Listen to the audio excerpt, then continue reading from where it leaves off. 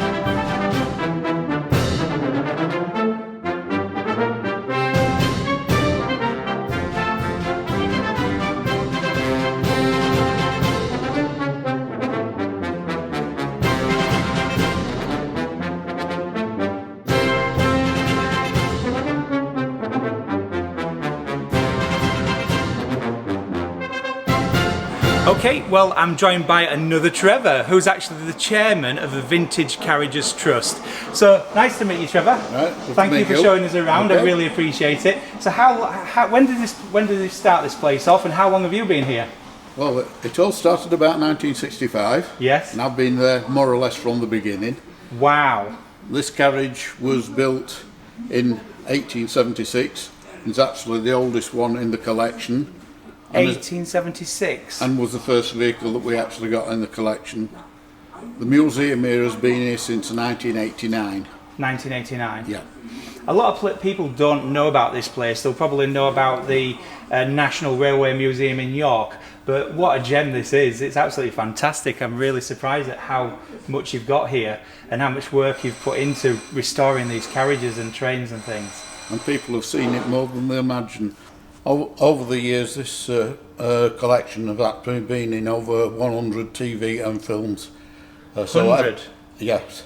So everything from the Railway Children, Sherlock Holmes, Housewife 49, with many other films and TV series. We've even featured in Coronation Street. Really? I thought you were going to say Harry Potter or something, but but no, it is. I can imagine that actually. All you need to do is just add a little bit of CGI in the background or something, and away you go. So what can you tell us about this carriage? You said how old it is. It's actually older than the Titanic, then, isn't it? Yes, yes. What can you tell us? Well, it was built in 1876. Mainly for the mill owners in Manchester that used to go on their holidays to Cleethorpes. Yes. So the owner and his wife and the older children would travel first class. Yeah. This is the second class, where you'd actually have the head of the household and the butler with the younger children so they didn't disturb the parents. And then you've got third class that's got the positions for the maids. So it's very much class distinction in a very short vehicle. Yeah, I noticed that on the sides there's either numbers or the words third, guard, luggage. So basic. I know it's a big contrast to the way we are today, all about equality and everything, but it wasn't like that back in when this carriage was made anyway, that's for sure. Certainly not. No. Is there anything you want to tell us about the inside, or before we go and have a look at some of the others? If you have a look at this one, you'll see that you've got bench seats that are leather. Yeah. This is for second class. Second class with leather?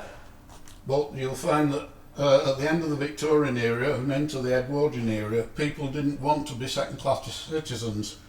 So it was either upgraded to first class or it was downgraded to third class. And this one was upgraded to first.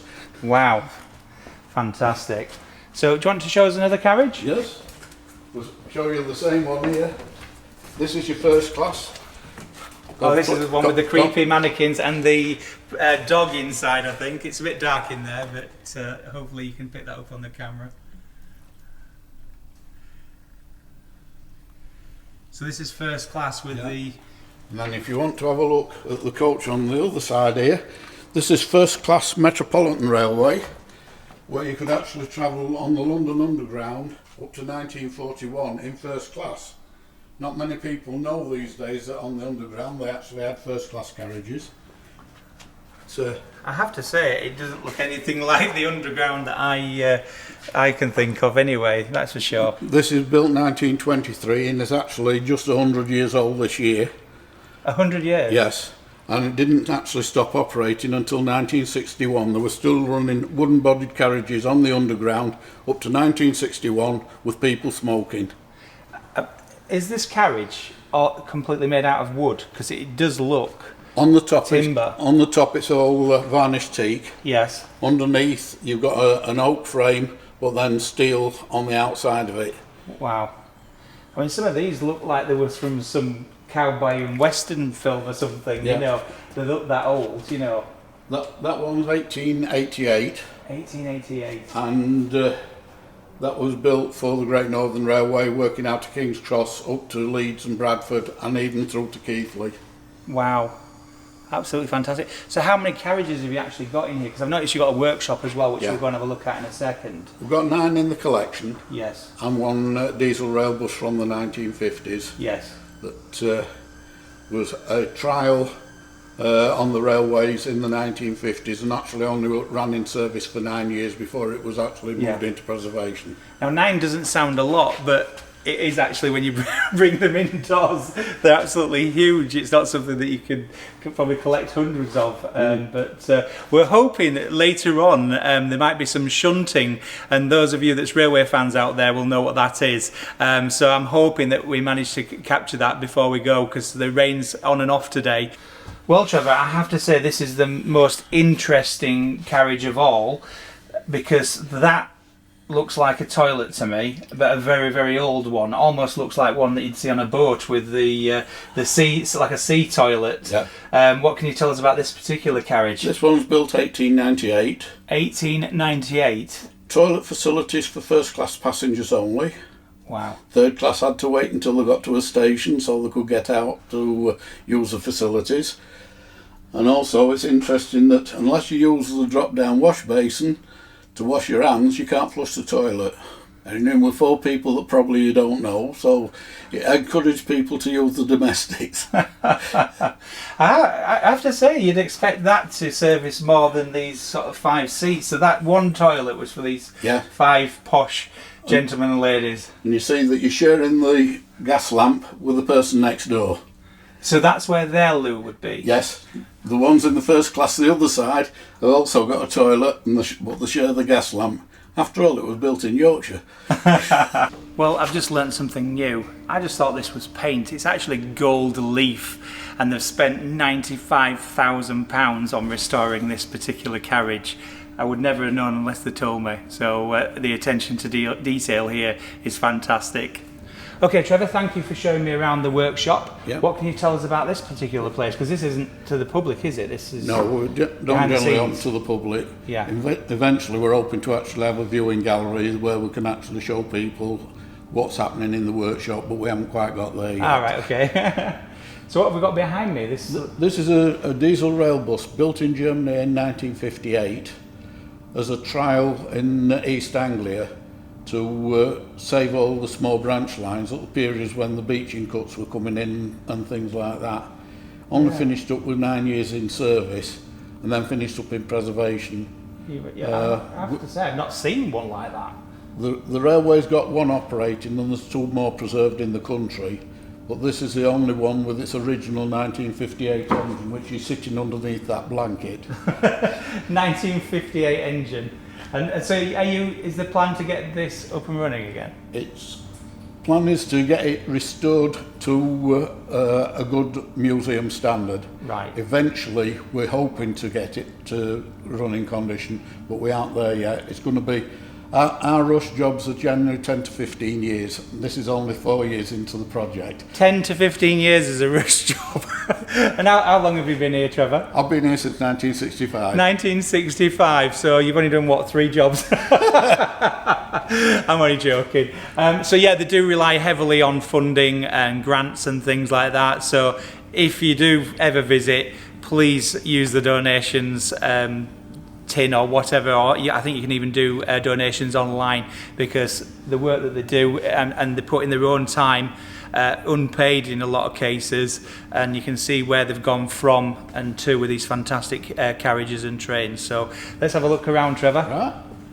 Right. When we decided to restore this, we took it on in 2013, and we thought about it for some time. Then we found out that it got asbestos inside it, and it's cost us £7,000 just to remove the asbestos, and that meant stripping everything out and starting again. We was hoping this was going to be a quick restoration, but because of that, it's now going to be a major project. We have got round to this end. We've actually fitted the new floor in place, and we've already started fitting the seating. But that'll have to come out so that we can actually put everything back into the ceiling as well. So it's quite a long time. Nothing rushes in these projects. So a lot of those really, really nice carriages that we've just seen, at one point may have looked like this. They've all gone through this. Wow. Now I know why you said a rush job is 15 years. Yeah. Have a look at this. I can't believe it. Now I can understand. I thought they were just slow, but they're genuinely not. Can you imagine the task involved to turn this into one of those over there? You know, it's amazing. Hands down to you. You know, you do brilliant work. And what's this behind us? This looks this is an interesting piece. This is a Midland carriage built in 1886, and it's now started to get all its interior refitted. When we bought this vehicle in the 1960s, there was no interior at all in the vehicle, and the roof would drop by 6 inches in the middle. Somebody else will have to convert it to metric. I'm afraid I'm not into metric. So in my head, I can smell the fresh paint. Actually, yeah. You can. I know you can't smell it, but there's the smell of fresh paint. You can see what they've been doing with it. That's on the wheels that have just been put back under the vehicle a fortnight ago. That's just had 4 years where the wheels have all been away and been fully refurbished. New bearings in it. It's ready to roll in 2 to 3 years' time. It's nearly at the end of its restoration. Now I know it's a big job personally when you change a car wheel.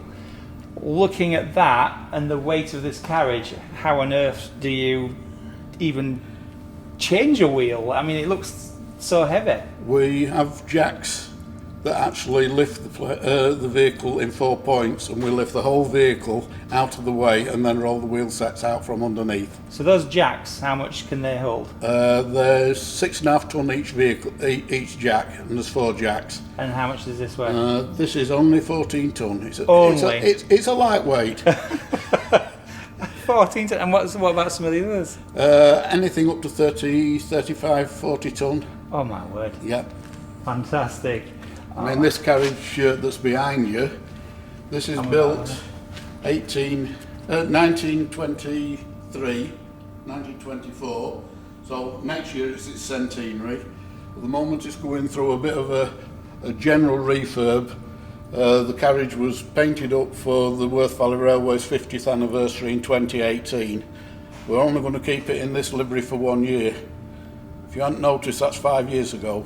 The pandemic got in the way of it, but we're now actually going to rub all this maroon off, and it's going to be painted into Southern Railway green for its centenary next year. I know you can't probably see quite inside this, but it is.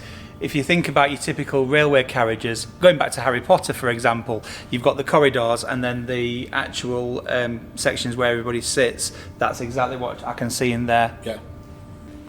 So Trevor was mentioning the jacks. I was thinking like car jacks. Look at the size of these.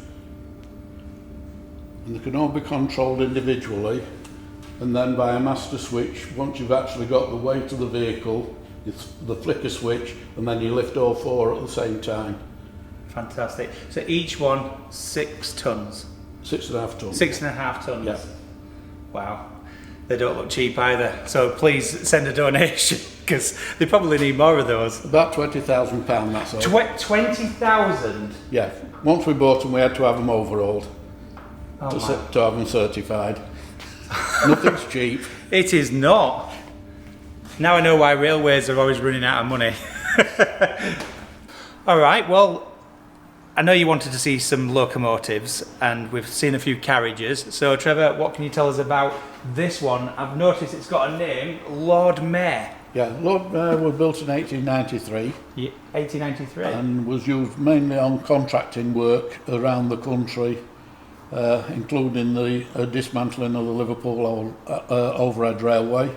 Wow. Came into preservation in the 1970s, and these days it's a static exhibit in the museum, so the children can believe that they're actually engine drivers without it actually moving an inch. So it's not working at present? Not at the present time. Right. We have got 2 other engines in the collection, which is Bellerophon, which is at Foxfield Railway in Staffordshire, and Sir Berkeley, which is at the Middleton Railway in Leeds. And Sir Berkeley is actually operating on their regular services throughout the year. Yes. Bellerophon should be operational by next year, but at 150 years old, it's still undergoing maintenance. I've just noticed the header card here.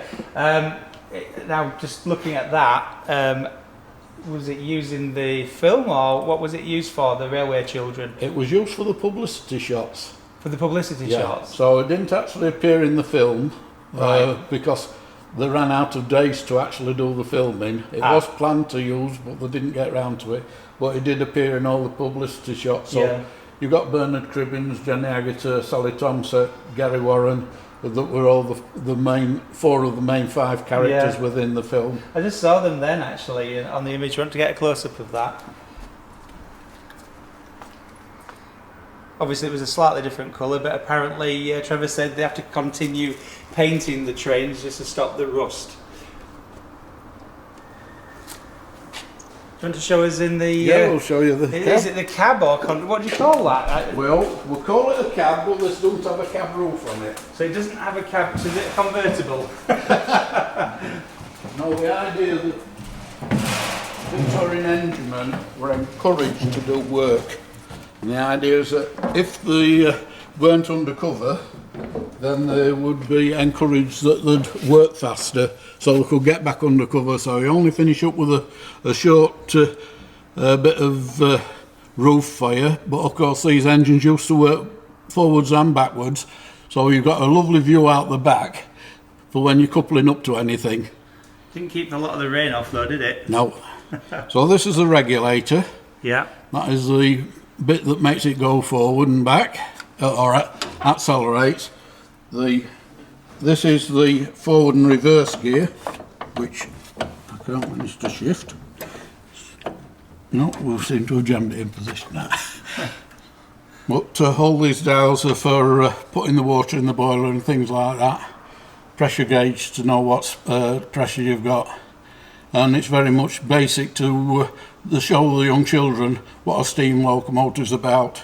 Yeah, I must admit, it looks complicated to me, but I have seen far, far worse controls in a locomotive, and in a submarine even worse, even more of these wheels and dials and everything. I wouldn't have a clue. Would you know how to operate this? We haven't got a submarine. We haven't got a submarine, no, but they're really, really bad. No, I've never driven steam engines. You've never driven them? No, our guard on I were always at the other end. I enjoy the carriages. Yeah. I just leave the loco men to enjoy themselves at the other end of the train.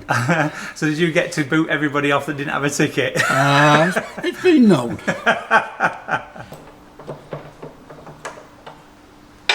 I have no idea what he's doing, but apparently he's going to show us inside the smoke box.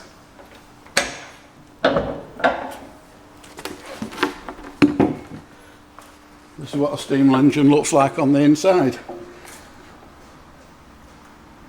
If you can imagine an ordinary kettle, you'd find that your heat from your firebox goes through the tubes, and that warms the water that's around it. So the way that you boil a kettle is to actually have an element in the bottom of the kettle This actually has it the full diameter of the boiler. So those tubes or pipes, they go through the whole... They go through right the way through to the firebox. So you put your fire in the other end, and that warms up, comes through the tubes. That then warms it up. Once you've actually got enough steam, then you can work your way to actually getting your steam to cylinders that operates the engine.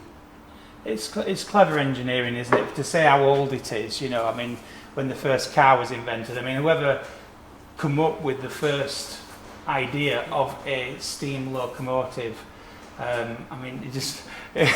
What were they doing? Were they sat on the loo when they come up with it, or did they actually purposefully try and design it from scratch? It just, where would you start? Well, it started with a chap called Richard Trevithick, believe it or not, that came up in 1802 with the first steam engine that actually ran on rails. 1802? Yeah. But by 1929 you got the Stephensons involved. Yes. And in that 27 years, you moved from very antiquated stuff that was difficult to operate to what is effectively like this. And this is no different to Flying Scotsman. Yeah, just bigger. Everything just got bigger. It didn't get that much more complicated. In fact, the Flying Scotsman's been in the area lately, hasn't it? Yeah, it was sat outside this museum. Was it? Yeah. Oh. We've missed out there. We've missed out. But you've had Lord Mayor instead, which is much more important. You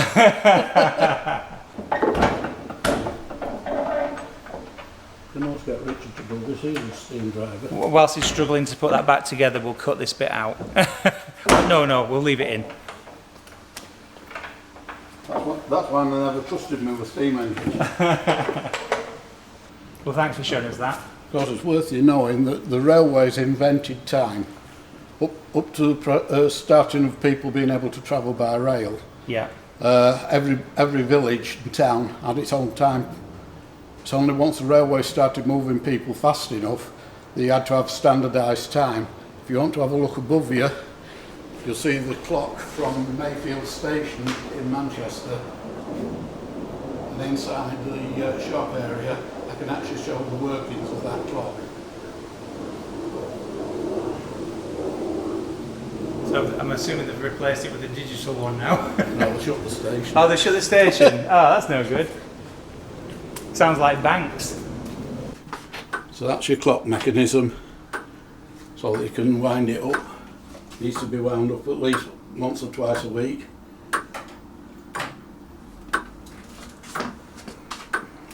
What therapeutic sound. Yeah.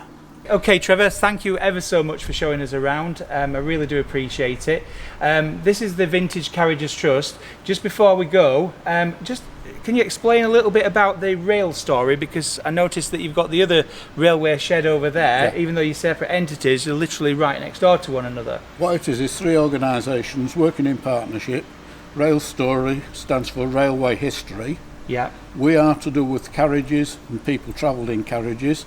The Bahamas Locomotive Society is named after their locomotive, which was named Bahamas, which was one of the locomotives named in the 1930s after all the locations that were part of the British Empire. Right.